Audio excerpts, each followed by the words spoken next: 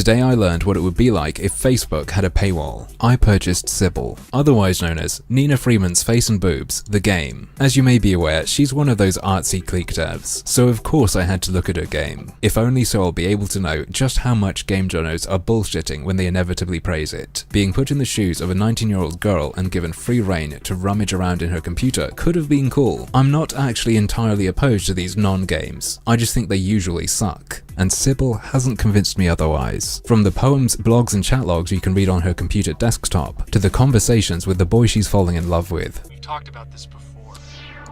I feel attracted to you, physically. It is agony. Your face will fold in half from the cringe. Not because it's meant to be awkward, which I'm sure it is, but because of how heavy-handedly it's trying to appear authentic. The impression of authenticity isn't going to come from dumping what's real or a modified version of something that was real into a game, which is what I've read is what's been done. And to say the least, this isn't helped by the appearance of rigid pacing brought in by the fake online game. When you're done looking around the computer's desktop, you can go and play Voltamari.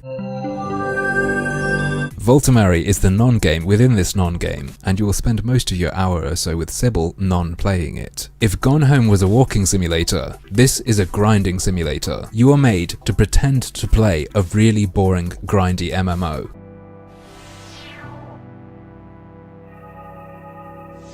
You can't lose or anything, you just click on an enemy and wait. Then, as you fill the bar on the top right, things happen. You get in-game messages, you get email, photos, and the boy you're playing the game with talks to you. I found myself thinking, okay, is he going to talk again after this kill? How many times do I have to repeat this before the relationship moves on? Luckily, you're only pretending to play a boring game, so you'll only feel pretend bored. Once you've completed that cycle a couple times, seeing a video of Nina, then more pictures of her on her desktop, and then a different background for your pretend grinding.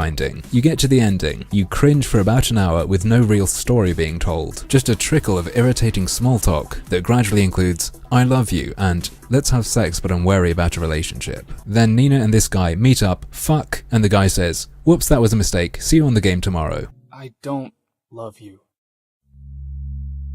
What? It really is truly dreadful. Like, what is this? This is the last thing before the credits start properly. First love is a very confusing thing, and sometimes it really hurts, but I'm glad I had mine with you.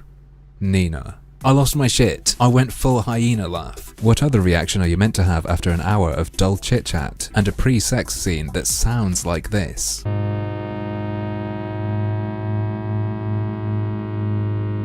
I guess this has kind of become a mini review, but it wasn't meant to be. It's just through all my reading, Nina Freeman keeps coming up as this game designer who really makes games grow up. You know, one of these true artist game designers. Killscreen are kickstarting this new serious version of a game magazine, and if they succeed, she'll be on the front cover of the first edition. I was looking around for coverage of Cibele, and I think pieces on Kotaku called it honest and raw, because it's based on something that really happens and there are pictures of her tits. So, I really took a dump this morning. Want to see a picture? Just play Clicker Heroes at the same time so you can pretend it's a game. When I have rambled in the past about how artsy games I think are just going to end up being things that waste the medium, this right here is the kind of thing I had in mind. It's almost like a film in games clothing that doesn't quite fit.